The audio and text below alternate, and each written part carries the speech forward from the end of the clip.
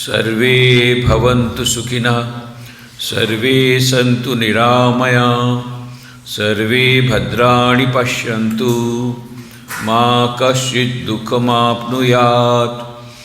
ओम शांति शांति शांति।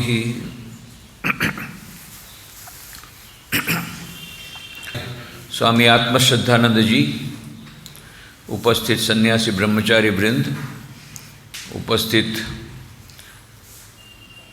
अध्यापकगण, छात्रगण और भक्त मंडली, भाइयों और बहनों, मेरे लिए बड़ी प्रसन्नता की बात है कि मैं आज पहली बार कानपुर में यहाँ पर रामकृष्ण मिशन का जो इतना पुराना सेंटर है, देश के कई सेंटर्स में जाना हुआ पर पता नहीं क्यों कानपुर छूट गया था। तो ये अभी आत्मश्रद्धानंद जी महाराज की कृपा से कानपुर आना भी हो गया। तो मैं लिए धन्यवाद देता हूँ कि मुझे यह अवसर मिला कि आप सब लोगों से मिल सकूं। सुबह पर स्कूल में छात्रों के साथ बहुत आनंद आया, इंटरेक्शन हुआ। अभी आप लोगों के साथ कुछ बातें बताएंगे। तो एक पुस्तक भी आप लोगों को मैं लाया हूँ राजकोट से, उपहार के स्वरूप में मिलेगी। क्योंकि समय हमारे पास कम है तो कुछ बातें हम कहेंगे, बाकी उसमें आपको काफ़ी चीज़ें मिल जाएगी। पुस्तक का नाम ही है आधुनिक मानव शांति की खोज में। अभी आज हम क्या देखते हैं कि आधुनिक मानव शांति की खोज में है। जैसा महाराज ने बताया, आत्मश्रद्धानंद जी महाराज ने, सभी शांति खोज में हैं और सभी टेंशन में हैं। टेंशन का युग आ गया। इतनी छोटी सी एक बच्ची को मैंने पूछा कैसी हो, तो बहुत टेंशन में हूँ। हैं, इतनी छोटी सी बच्ची टेंशन में? बोले क्यों, तुमको क्या टेंशन है? अरे तुम्हारे बड़े भाई का टेंशन मैं समझ सकता हूँ, 12th साइंस में है। 12th साइंस मतलब पूरा घर का टेंशन हो जाता है। जब कोई बच्चा 12वीं साइंस में जाता है तो सब टेंशन में, क्योंकि वो लड़का तो टेंशन में ही है।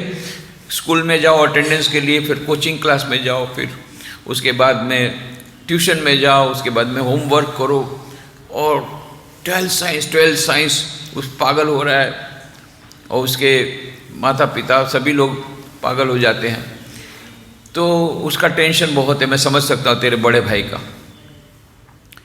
तुम्हारे दादा दादी का टेंशन समझ सकता हूँ, क्योंकि कब ओल्ड एज होम में भेजेंगे कुछ पता नहीं है। आज को ओल्ड एज होम भारत में भी बढ़ रहे हैं, पहले अमेरिका वगैरह में देशों में थे, अभी वृद्धाश्रम बहुत बढ़ रहे हैं। अब ये अच्छी चीज़ है खराब मुझे पता नहीं है। एक संत ने वृद्धाश्रम का इनॉग्रेशन करते हुए कहा, मैं आशा करता हूँ कि वृद्धाश्रम चले ना, ये बंद ही रहे। और सचमुच में आज तक बंद है वो। और लोग खुश भी हैं कि चलो उन्होंने ऐसा प्रवचन दिया कि कोई, सब लोग बोले नहीं वृद्धाश्रम में भेजना नहीं है।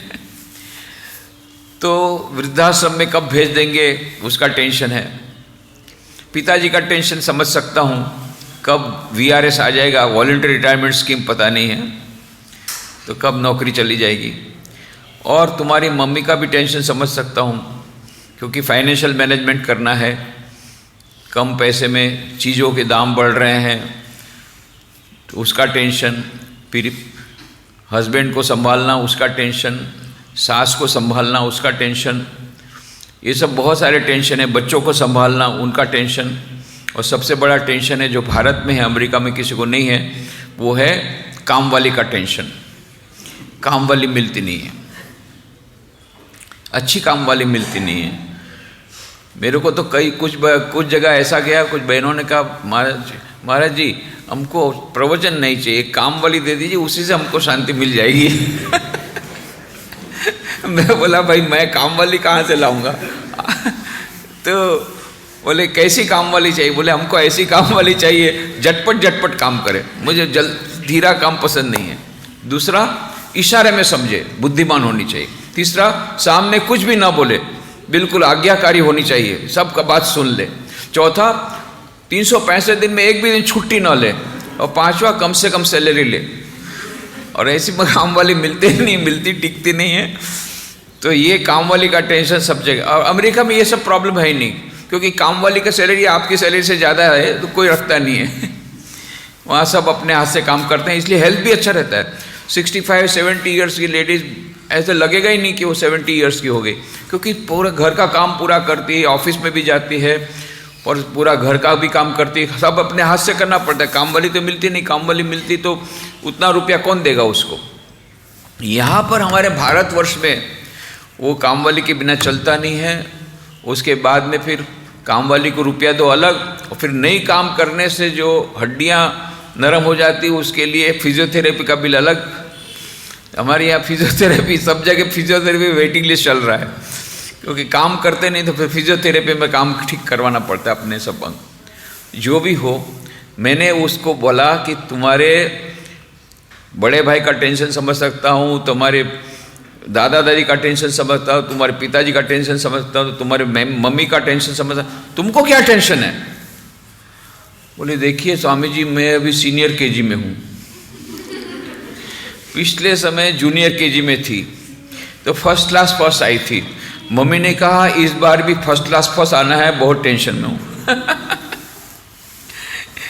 छोटी बच्चियाँ, छोटे बच्चे भी टेंशन में हैं। ये कंपटीशन का युग आ गया, फर्स्ट होना है, फर्स्ट होना है, ये प्रतियोगिता, वो प्रतियोगिता, ये कंपटीशन का ज़माना आ गया, ग्लोबलाइजेशन का ज़माना आ गया। तो ये छोटे बच्चे भी टेंशन में, और बड़े तो है ही है, परीक्षा का टेंशन, ये टेंशन, वो टेंशन। आजकल लड़कों का एक और टेंशन, लड़के लड़कियों का जो ब्रेकअप का एक बड़ा टेंशन आ गया। अरे यार तू भी, और बोले दूसरा मिल जाएगा तो काहे को इतना डरता है, कहते इतना रोता क्यों है?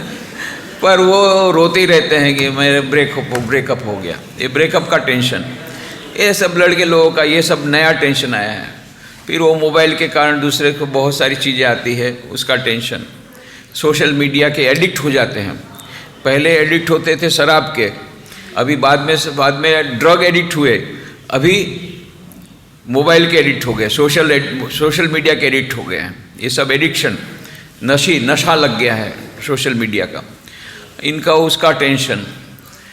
सभी लोग टेंशन में हैं, बड़े बूढ़े छोटे बच्चे, और जो गरीब है वो तो टेंशन में है ही है। सबसे ज़्यादा टेंशन पैसे वाले हैं। हम सोचते थे भैया कि पैसा आएगा तो सुख शांति मिल जाएगी, बस। H is directly proportional to M, where H is equal to happiness and M is equal to money. जितना पैसा आएगा उतना सुख मिलेगा, उतनी शांति मिलेगी, ऐसा हम लोग समझते हैं। पर क्या वो सच है? तो यूनेस्को रिपोर्ट के अनुसार हम क्या देखते हैं कि 3 देश ऐसे हैं जहां पर सुसाइड का संख्या बहुत बढ़ रहा है। वो कौन से देश है? अमेरिका, जापान और स्वीडन। और 3 देश ऐसे जहां मानसिक रोगी बहुत बढ़ रहे हैं। कौन से देश हैं? अमेरिका, जापान और स्वीडन। और सबसे ज़्यादा पर कैपिटा इनकम सबसे ज़्यादा किसकी है? अमेरिका, जापान और स्वीडन। तो क्या हुआ? H is inversely proportional to M. जहाँ जितना ज़्यादा पैसा है वहाँ उतना ज़्यादा दुख है। दुख होगा तभी तो सुसाइड करेंगे, तभी तो आत्महत्या करेंगे, तभी तो ड्रग एडिक्ट होंगे, तभी तो मानसिक परिस्थिति सिजोफ्रेनिक होंगे। तो कहने का मतलब ये नहीं पैसा जीवन में उपयोगी नहीं है, जरूर आवश्यकता नहीं है, ये नहीं मैं कह रहा हूँ। पर मैं ये कह रहा हूँ कि केवल पैसे के द्वारा हमारे जीवन में शांति नहीं आ सकती है।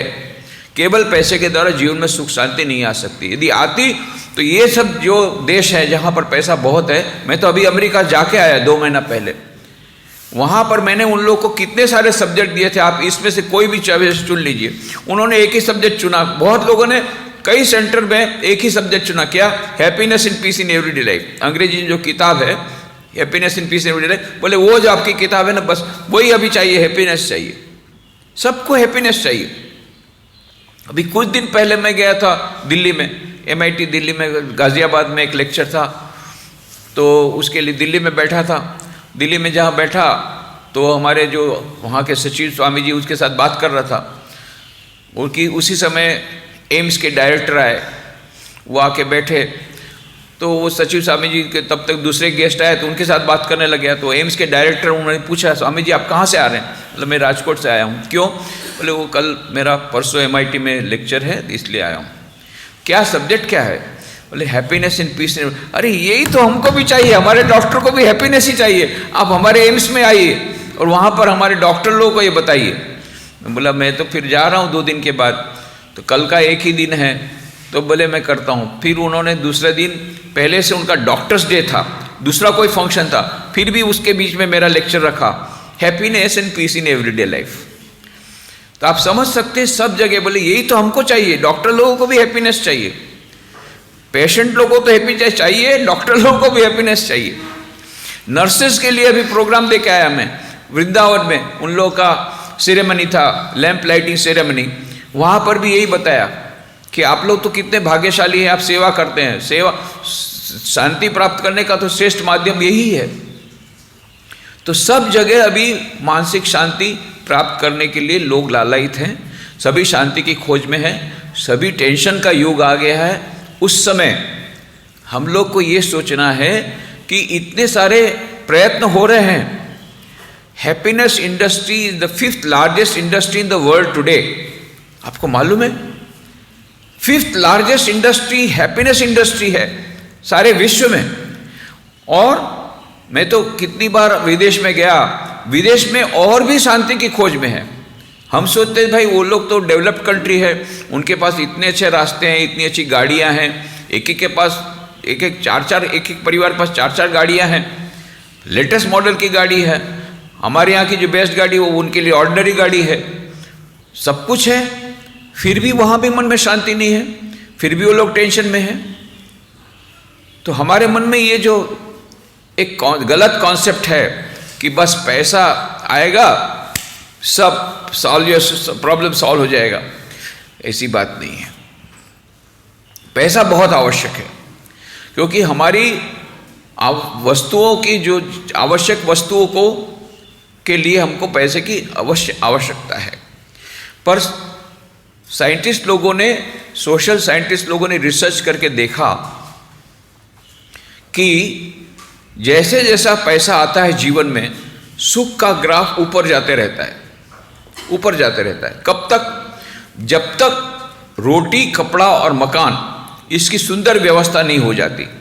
जब ये सब हो जाता है, उसके बाद में जितना पैसा आता है सुख और नीचे होता जाता है। ये तो ग्राफ उन्होंने बताया। सुख जितना बढ़ा उतना सुख, जितना पैसा बढ़ा उतना सुख बढ़ता गया। फिर एक स्टेज ऐसी आती है, जितना पैसा बढ़ा उतना सुख और कम होता गया। ये उन्होंने रिसर्च करके देखा है। तो जितने पैसे वाले हैं, कंज्यूमरिज्म, उपभोक्तावाद आ गया है, पैसा पैसा पैसा, सबसे बड़ा रुपया बाबा, सबसे बड़ा रुपया, कंपटीशन आ गई, पैसे के पीछे लोग पागल हो गए। उसका एक कारण, उसी के कारण यह टेंशन है। अभी ऑक्सफोर्ड डिक्शनरी ने एक नया शब्द डाल दिया। शब्द क्या है? एफ्लुएंजा। इन्फ्लुएंजा नहीं, इन्फ्लुएंजा तो हम लोग को होता भी है कभी कभी, ये एफ्लुएंजा है। एफ्लुएंजा किनको होता है? एफ्लुएंट लोगों को होता है, माने जो बहुत धनवान लोग रहते हैं, बहुत धनवान लोग, उनको ये एफ्लुएंजा होता है। तो अमेरिका में वहाँ के जितने माता पिता लोग हैं, अभिभावक गण हैं, उन्होंने एक एसोसिएशन बनाया, एफ्लुएंजा रेजिस्टेंट सोसाइटी। अपने बच्चों को एफ्लुएंजा नाम के रोग से बचाने के लिए उन्होंने एसोसिएशन किया है। ये एफ्लुएंजा है क्या? एफ्लुएंजा मतलब जो धनवान के बच्चे हैं जो जाते हैं स्कूल में, तो वहाँ पर कंपटीशन होती है। इसने 10,000 रुपये वाला जूता खरीदा, मैं 12,000 वाला खरीदूंगा। इसने गूगल्स खरीदा है 1 लाख का, मैं 3 लाख का गूगल खरीदूंगा। इसका मोबाइल है 1.5 लाख का, मेरा 2 लाख का होगा। एक इसके पास 1 है तो मेरे पास 2 होगा।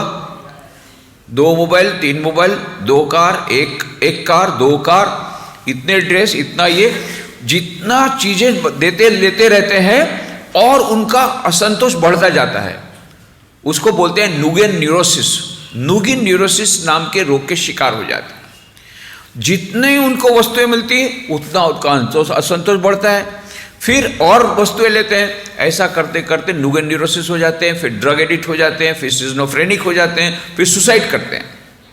इससे बचाने के लिए उन लोगों ने एफ्लुएंजा रेजिस्टेंट सोसाइटी बनाई। बच्चों को गांव में ले जाकर देखो, तुम्हारे पास 2-2 कार, इसके पास एक भी कार नहीं है इन लोगों के पास, फिर भी ये लोग आनंद में हैं, शांति में हैं। उनका पॉकेट एक्सपेंडिचर कम कर रहे हैं अभी। ये सब बहुत सारी चीज़ें वो लोग कर रहे हैं कि एफ्लुएंजा से बचाने के लिए। तो कहने का मतलब यह है कि मात्र पैसे के द्वारा हमारा यह जो टेंशन है वो कम होने वाला नहीं है। पैसा आवश्यक बहुत है कुछ समय के लिए, जब तक कि हमारा रोटी कपड़ा मकान की व्यवस्था अच्छी नहीं हो जाती, ये पैसा बहुत आवश्यक है। पर उसके बाद केवल उसी पैसे से ही सब समस्या समाधान नहीं हो रहा। और इतने सारे दुनिया में लोग इतने प्रयत्न कर रहे हैं शांति प्राप्त करने के, पर फिर भी शांति प्राप्त नहीं हो रही है। कितनी सारी किताबें निकल रही है। अमेरिका से एक किताब निकली, उसका नाम है फाइनल एक्सिट, डेरेक हम्फ्रीज द्वारा लिखित पुस्तक। और पुस्तक खुद भी एक्सिट हो गई, मिलती नहीं है। बहुत मुश्किल से मुझे एक कॉपी मिली एक बुक फेयर में। मैं देखना चाहता उसमें लिखा क्या है, मालूम है क्या लिखा है? हाउ टू कमिट सुसाइड, कैसे आत्महत्या करना, उसके विभिन्न नुस्खे बताए हैं। और बहुत बिक रही है, आउट ऑफ प्रिंट हो गई, इतनी बिक रही है। जापान की बेस्ट सेलर किताब का नाम मालूम है? The complete manual on committing suicide. 3.5 lakh प्रतियां एक साल में बीत गई। और कितने लोग तो पुस्तक हाथ में लेकर के सुसाइड करके मर गए, जैसा किताब में लिखा था ऐसे। फ्रांस की बेस्ट सेलर किताब का नाम मालूम है? Suicide users manual. ये सबको सुसाइड करना है अभी, सुसाइड। ये कौन से देश है जिनको हम लोग डेवलप्ड कंट्री समझते हैं, विकसित देश समझते हैं, जहां पैसा बहुत है, बहुत सारी गाड़ियां, सुंदर सुंदर गाड़ियां, सुंदर सुंदर रोड, सुंदर सुंदर मकान, सुंदर सुंदर ड्रेस, सुंदर सुंदर मोबाइल, सब कुछ है उनके पास, वो सुसाइड कर रहे हैं। तो कहने का मतलब हमारे मन में जो इक्वेशन है, H is directly proportional to M, where H is equal to happiness and M is equal to money, ये ठीक नहीं है। केवल पैसे के द्वारा सुख शांति प्राप्त नहीं हो सकती। 5th लार्जेस्ट इंडस्ट्री हो गई हैप्पीनेस। क्यों? सभी लोग शांति की खोज में, और सभी शांति की खोज में शांति मिल नहीं रही है। क्यों नहीं मिल रही है? कारण क्या है? एक बुढ़िया थी, वो रो रही थी। तो एक युवक ने कहा, माँ जी इतनी रो क्यों रही हो? बेटा मेरी सुई खो गई है। अच्छा रोती क्यों? मैं खोज देता हूँ, चल। वो भी, उसने भी खोजा, उसको भी नहीं मिली सुई, बहुत खोजा। फिर उसको ट्यूबलाइट हुई, बुढ़िया को पूछा, ए बुढ़िया सुई कहाँ खो गई थे? बेटा उधर भीतर कमरे में खो गई थी। हैं? और तू बाहर बरामदे में खोज रही है? बेटा उधर अंधेरा है, यहाँ उजाला है, इसलिए यहाँ खोज रही हूँ। पूरी जिंदगी तुम सुई खोजोगे, नहीं मिलेगी। खोई है कहाँ? भीतर कमरे में। खोज रहे हो कहाँ? बाहर बरामदे में। मिलेगी? कभी नहीं मिलेगी। ये हम लोग की कहानी है। शाश्वत सुख और शाश्वत शांति का स्रोत हमारे भीतर में है। वेदांत ने क्या कहा? शाश्वत सुख और शाश्वत शांति का स्रोत प्रत्येक मनुष्य के हृदय में है। और हम कहाँ खोज रहे हैं? लेटेस्ट मॉडल की कार में, लेटेस्ट मॉडल के मोबाइल में, लेटेस्ट मॉडल के ड्रेस में, वहां खोज रहे हैं। है कहां पर? भीतर। हम कहां खोज रहे हैं? बाहर। ये बुढ़िया की जमान हम लोग भी, हमारी भी बुद्धि सठिया गई है। भीतर में शांति का स्रोत है। कबीर ने कहा, मोको कहां तू ढूंढे बंदे, मैं तो तेरे पास में, खोजोगे तो अभी मिलूंगा पल भर की तलाश में। भीतर में है शाश्वत सुख, शाश्वत शांति का स्रोत। यह वेदांत का मत है। एषा सर्वेषु भूतेषु गुणो आत्मा न प्रकाशते, दृश्यते त्वग्रया बुद्ध्या सूक्ष्मया सूक्ष्मदर्शी भी। प्रत्येक मनुष्य के भीतर में वह आत्मा है जिसमें सच्चित आनंद स्वरूप, वह आत्मा जिसमें अनंत सुख, अनंत ज्ञान, अनंत आनंद रूप स्वरूप आत्मा, ये हमारा मुख्य स्वरूप है। वो भीतर में है और हम बाहर खोज रहे हैं उस शांति को। नित्यो नित्यानाम चेतनस चेतनानाम एको बहुनाम यो विदधाति कामान तम आत्मस्थम येनु पश्यन्ति धीरा तेषाम शांति शाश्वती नेतरेषाम। नित्य आत्मा के भीतर में एक नित्य परमात्मा है और ये चेतन तत्व है, उसके भीतर में परम चैतन्य तत्व है।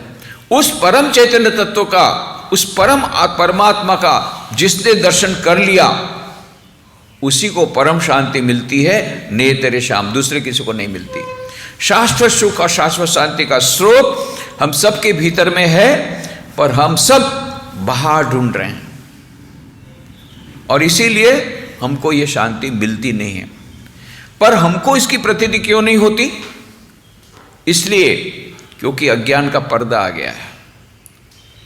भगवान श्री रामकृष्ण देव ने कहा, देखो मनुष्य जीवन का लक्ष्य है ईश्वर प्राप्ति करना, परमात्मा का दर्शन करना। यदि ये नहीं किया तो हमारा मनुष्य जीवन वृथा हो जाएगा। तो भक्तों ने कहा, आप तो बोलते परमात्मा परमात्मा, परमात्मा है कहाँ? हमको तो उसकी प्रतीति नहीं होती, हम तो उसको देख नहीं पाते, हम कैसे मानेंगे कि भीतर परमात्मा है? बोले कहाँ है परमात्मा? बोले प्रत्येक मनुष्य के हृदय में परमात्मा है। भगवत गीता में यही कहा, ईश्वर सर्वभूतानां हृद्देशे अर्जुन तिष्ठति भ्रामयन् सर्वभूतानि यंत्रारूढ़ानि न मायया तमेव शरणं गच्छ सर्वभावेन भारत तत्प्रसादात् पराम शांतिं स्थानं प्राप्स्यसि शाश्वतम्। प्रत्येक मनुष्य के हृदय में परमात्मा अवस्थित हैं। वो बैठ के क्या करते हैं? जैसे मशीन ऑपरेटर मशीन चलाता है, ऐसे सब लोग को चलाते हैं। उनकी शरण में जाने से परम शांति प्राप्त होगी। तो भगवान श्री रामकृष्ण देव ने कहा, प्रत्येक मनुष्य के हृदय में वे परमात्मा बैठे हुए हैं, पर हमको तो उसके दर्शन नहीं होते, तो हम कैसे मानेंगे परमात्मा है? श्री रामकृष्ण देव उस समय भक्तों से बातें कर रहे थे। उनके पास इस प्रकार की एक चादर थी। उन्होंने अपने मुंह को ढक करके कहा, तुम मुझे देख सकते हो? बोले नहीं। इसका मतलब मैं यहाँ नहीं हूँ? बोले हाँ। तो क्यों नहीं देख सकते? बोले बीच में पर्दा आ गया। बस बोले यही बात है, परमात्मा हमारे बहुत नजदीक हैं, पर हमको उसकी अनुभूति नहीं होती, हमको उनके दर्शन नहीं होते, क्योंकि बीच में अज्ञान का पर्दा आ गया है।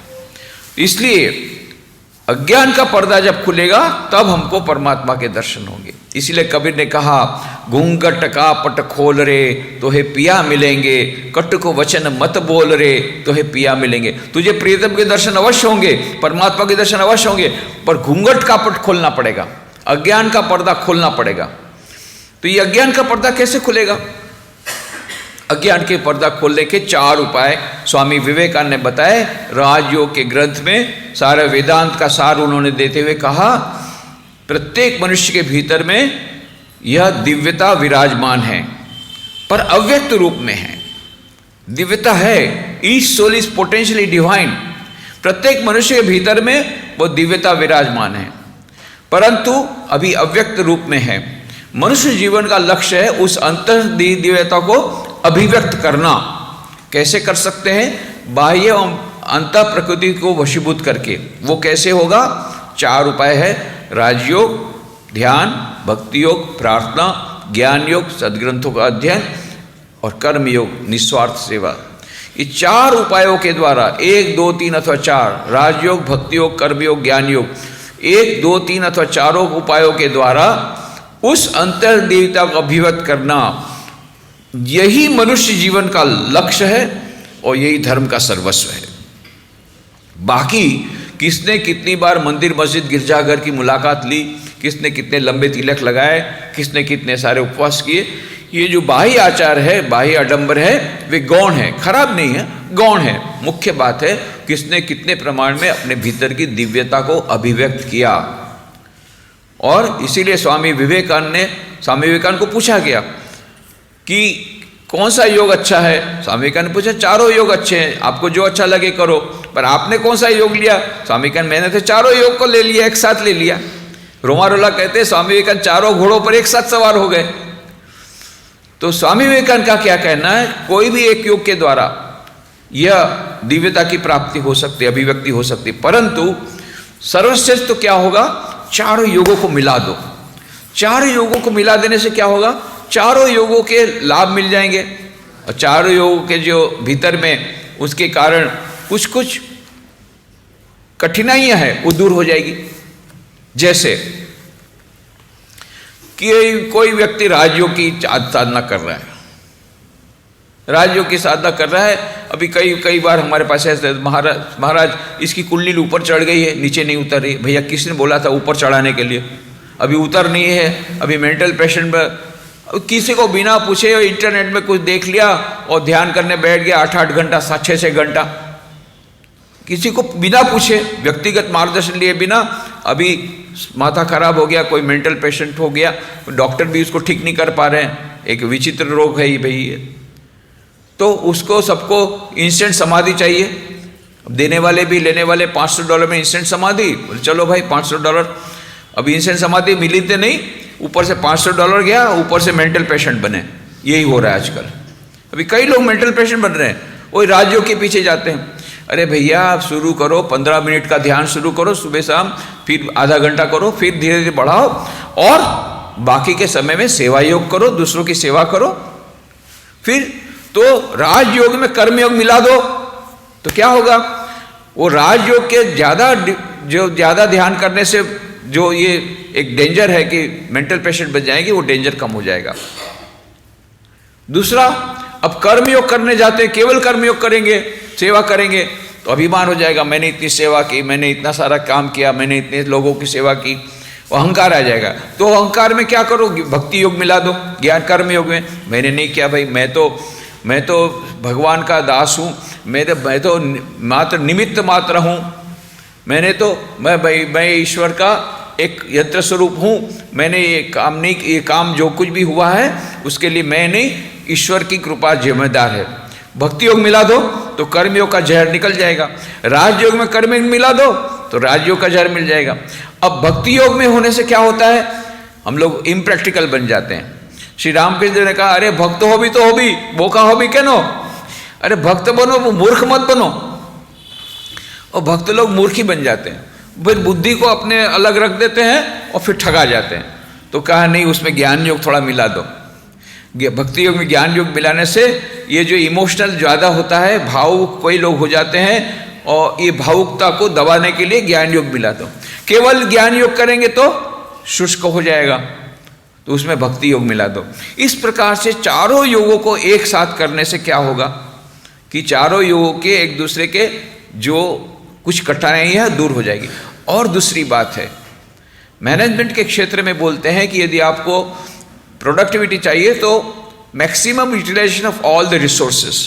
तो स्वामी विवेकानंद क्या बोलते हैं? Maximum utilization of all our faculties. हमारे पास जितनी फैकल्टीज है उसका सर्वोत्तम उपयोग करो। तो भगवान ने हमको हाथ दिए हैं, हाथ से भगवान का काम करो, कर्मयोग। तो भगवान ने मन भी तो दिया है, मन से भगवान का ध्यान करो, राजयोग। अच्छा, तो फिर भगवान ने आंखें भी दी है, आंखों से अपने ज्ञान, ये बुद्धि भी दी है, बुद्धि से ज्ञान योग की चर्चा करो।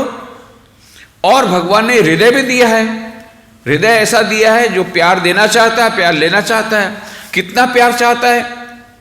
किसी को भी पूछो भाई तुमको कितना प्यार चाहिए?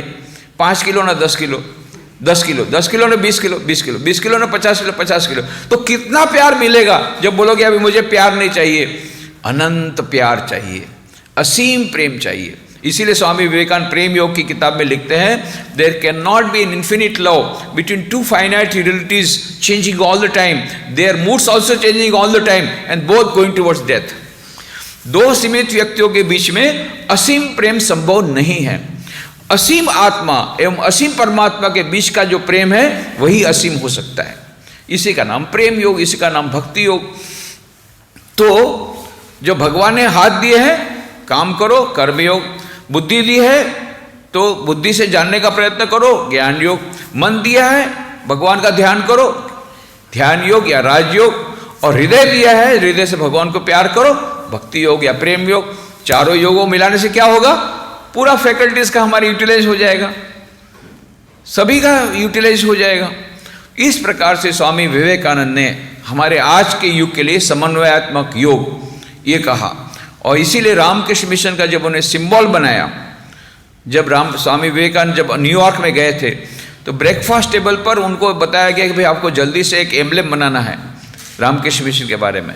तो उन्होंने एक एनवेलप आया था, उसको खोला, कवर था, उसको खोला, कागज नहीं था तो उसी में उन्होंने बैक साइड में पूरा था, उसमें उन्होंने रफ डिजाइन बनाया, बाद में डिजाइन को दिया, उस डिजाइन के बेसिस पर रामकृष्ण मिशन का सिंबल बना। स्वामी विवेकानंद कहते प्रतीक ऐसा होना चाहिए कि उसको देखने के बाद पूरे मिशन का जो अर्थ है, पूरे मिशन का जो मोटो है वो पता पड़े, पूरे मिशन का जो उद्देश्य है पूरा पड़े। उद्देश्य क्या है रामकृष्ण मिशन का? कि प्रत्येक मनुष्य के भीतर में जो दिव्यता है विराजमान है, अभिव्यक्त, उसको अभिव्यक्त हो जाए और दिव्यता की प्राप्ति हो जाए। तो उसके करने के 4 उपाय हैं। तो इसीलिए आप देखेंगे यहाँ रामकृष्ण मिशन सिंबल होगा कहीं पर, यहाँ पर है, ये देखिए ये सिंबल है, ये रामकृष्ण प्रतीक है। इसकी डिजाइन स्वामी विवेकानंद खुद ने बनाई। तो क्या क्या है इसमें? एक तो सांप है, ये सांप क्या है? कुंडलिनी शक्ति का प्रतीक है। राजयोग के ग्रंथ के राजयोग के अनुसार कुंडलिनी शक्ति मूलाधार से लेकर के सहस्रार तक जाती है। कैसे? वह जाती है सुषुम्ना के पद से, ईड़ा पिंगला सुषुम्ना, 3 नाड़ियां हैं, सुषुम्ना पद बीच वाली नाड़ी है। तो यह मूलाधार से सचक्र का भेदन करते हुए सहस्रार में जब जाती है तब समाधि अवस्था प्राप्त होती है। ये राजयोग का उद्देश्य है। तो ये जो सांप है वो जब जाती है ना कुंडलिनी शक्ति, सर्पाकार जाती है। तो ये सांप है वो कुंडलिनी शक्ति का प्रतीक अथवा राजयोग का प्रतीक है। कमल का फूल भक्ति का प्रतीक है, भक्ति योग का प्रतीक है। कमल जल की लहरें कर्म की लहरें हैं, कर्मयोग का प्रतीक है। सूर्य ज्ञान का प्रतीक, ज्ञान योग का प्रतीक है। और भीतर में क्या है? हंस है। नीचे क्या लिखा है? तन्नो हंसा प्रचोदयात्। इस प्रकार से हंस मतलब परमहंस मतलब परमात्मा की प्राप्ति होती है। कैसे प्राप्ति है परमात्मा की? 4 योग के समन्वय से। कौन कौन से 4 योग? राजयोग, भक्ति योग, ज्ञान योग और कर्म योग। तो ये बहुत सरल उपाय स्वामी विवेकानंद ने बताया, हमारे वेदांत के शास्त्रों के अनुसार उन्होंने बताया, श्री रामकृष्ण देव ने बताया।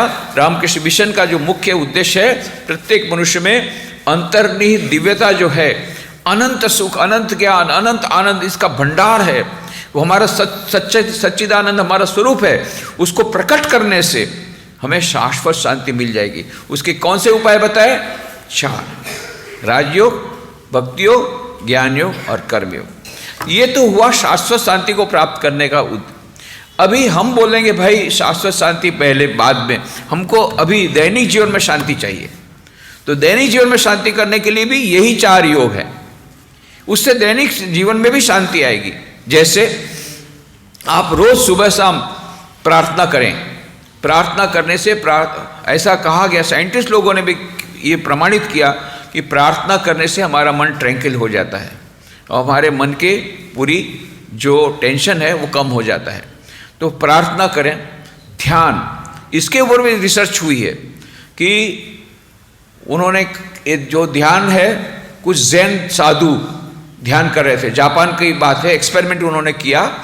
तो जैन साधु, जैन ZEN, जैन साधु, जैन नहीं जैन साधु, शायद किताब में जैन लिख दिया होगा गलती से, जैन है ZEN। जैन साधु ये कर रहे थे, ध्यान कर रहे थे। उस समय वहाँ जापान में एक्सपेरिमेंट किया, EEG मशीन उनके सिर पे फिट कर दिया, फिर देखा ग्राफ में, तो पहले तो 10 से 12 साइकिल पर सेकंड के अल्फा वेव्स आए, और जैसे जैसे ध्यान प्रगाढ़ हुआ तो 8 से 10 साइकिल पर सेकंड के अल्फा वेव्स आए, और जब ध्यान प्रगाढ़ हो गया तो 6 to 7 साइकिल्स पर सेकंड के थीटा वेव्स आई। ये थीटा वेव्स है दैट डिनोट्स ट्रैंक्विलिटी।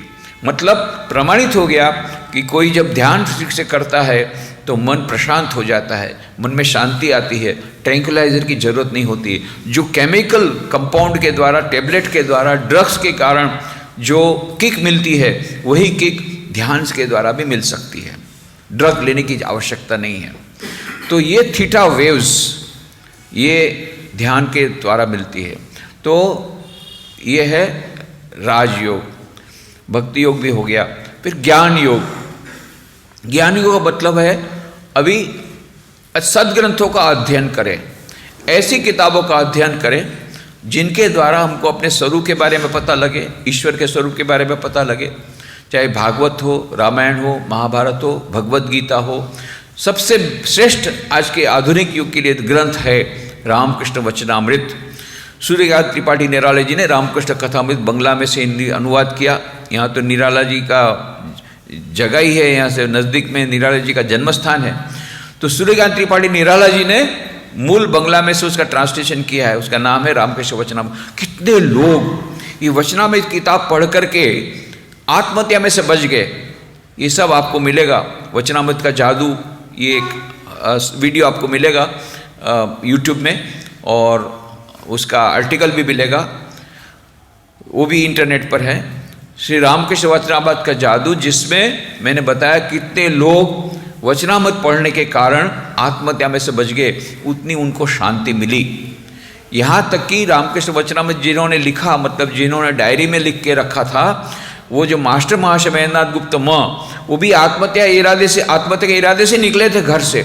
घर में झगड़ा हुआ था, परंतु आकस्मिक रूप से श्री रामकृष्ण देव के साथ मुलाकात हो गई। उनके पास से उनको इतनी शांति मिली कि कहाँ चली गई आत्महत्या की बात, उनको नया जीवन मिल गया। तो ये रामकृष्ण वचनामृत पुस्तक आधुनिक मानव के लिए शांति प्राप्त करने का, दैनिक जीवन में शांति मिलेगी। थोड़ा सा वचनामृत आप पढ़ के रात को सो जाओ। हमारे पूज्य स्वामी आत्मस्थान जी 15वें अध्यक्ष, जो पूरे रामकृष्ण मिशन के 15वें अध्यक्ष, वो बड़ौदा में आए हुए थे। तो हम लोगों ने प्रणाम किया, साधु ब्रह्मचर्य हम जा रहे थे। बोले तुम लोग जल्दी जाओ, अभी मेरे को अभी दवाई लेनी पड़ेगी। बोला महाराज आपने दवाई लेना शुरू कर दिया? तो हंसते हुए मेरी दवाई जानते नहीं हो, ये वचनामृत है ना, आधा घंटा पढ़ूंगा। नींद की दवाई, उन्होंने कहा मेरे को नींद की दवाई लेनी। महाराज आपने नींद की दवाई कब से शुरू किया? तो हंसते हुए कहा मेरी नींद की दवाई जानते नहीं हो, ये वचनामृत है ना, आधा घंटा पढ़ूंगा, बहुत बढ़िया से नींद में सो जाऊंगा। तो कितने सारे सन्यासी आज भी प्रतिदिन वचनामृत पढ़ते हैं, कितने सारे भक्त प्रतिदिन वचनामृत पढ़ करके सोते हैं, वचनामृत या पाठ करते हैं रोज, प्रतिदिन प्रत्येक सप्ताह में वचनामृत का पाठ करते हैं। तो ये अच्छी किताबों को पढ़ना, ये भी एक उपाय है दैनिक जीवन में शांति प्राप्त करने का। चौथा है निस्वार्थ सेवा, जितनी हमसे सेवा हो सके। चलो ध्यान में अपना मन भटकता है, सेवा तो आप कर सकते हैं, थोड़ी सी सेवा। चैरिटी बिगिंस एट होम, घर में सेवा करो, घर में बूढ़े लोग हैं उनकी सेवा करो, छोटे बच्चे उनकी सेवा करो, आसपास में कोई गरीब है उसकी सेवा करो। जब स्वामी जी कलकत्ता से अमेरिका से वापस लौटे, कलकत्ता में थे, एक युवक उनके पास आया, स्वामी जी मेरे पास मन में शांति नहीं है, बहुत प्रयत्न किए, मैं कई गुरुओं के पास गया और बहुत प्रयत्न किए पर शांति नहीं मिल रही है। तो बोले अभी शांति लेने के शांति के लिए तू क्या करता क्या है? बोले अभी लेटेस्ट गुरु ने जो बताया वैसे करता हूँ। अभी आजकल लोग गुरु बदलते हैं, जैसे कार बदलते हैं, गुरु भी बदलते रहते हैं। बोले लेटेस्ट गुरु ने जैसा बताया ऐसा करता हूँ। क्या करते हो?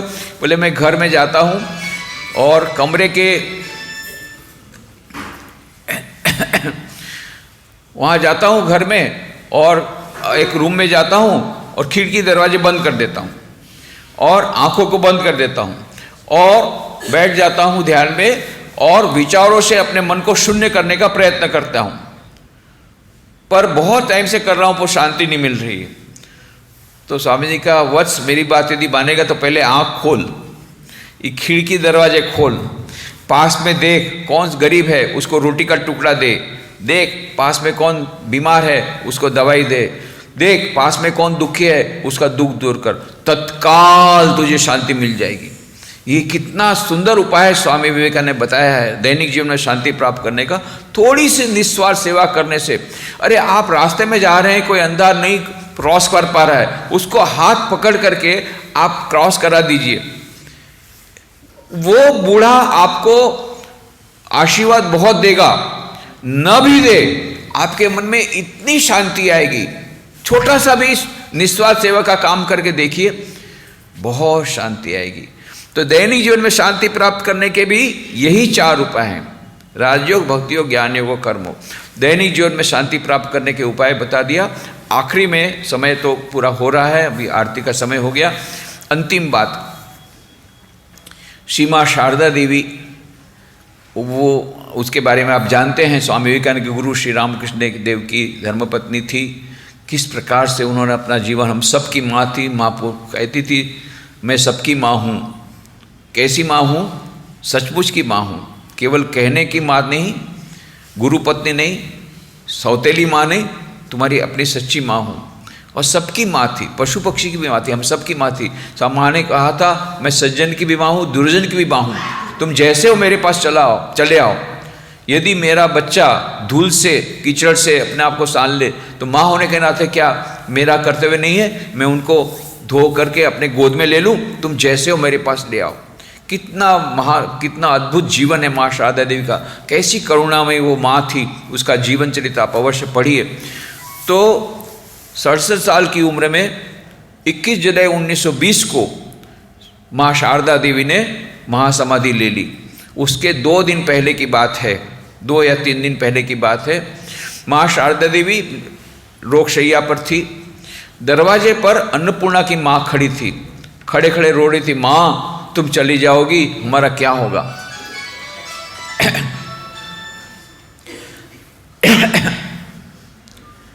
माँ ने कहा चिंता मत करो, ठाकुर हैं वे तुम्हारी रक्षा करेंगे। और फिर माँ ने अपना अंतिम उपदेश दिया, बस उसके बाद माँ ने कोई उपदेश नहीं दिया। ये अंतिम उपदेश है, वो हम सब के लिए शांति प्राप्त करने का श्रेष्ठ उपाय उन्होंने बता दिया। उन्होंने क्या कहा, यदि शांति चाहते हो, यदि शांति चाहते हो तो किसी का दोष मत देखना। पर दोष देखने में बहुत आनंद आता है। तो फिर माँ ने फिर कहा, दोष देखना हो तो अपना देखना, इस जगत में कोई पराया नहीं है, सब हमारे अपने हैं। कितनी बड़ी बात, वेदांत का सारा सार उन्होंने रख दिया। यदि शांति चाहते हो, यदि शांति नहीं चाहते तो बहुत दोष देखो, सबका दोष देखो, सारे दिन अशांत रहो, इसने ये किया, उसने वो किया, उसने ऐसा अध्ययन किया, उसने ऐसा किया, इस नेता को ऐसा करना चाहिए था, इस ऑफिसर को ऐसा करना चाहिए था, इसको ऐसा करना चाहिए था, इसको, सारा दिन यही करते रहो, सबका दोष देते रहो बस, और सारे दिन अशांति में रहो। यदि शांति चाहते हो तो किसी का दोष मत देखना।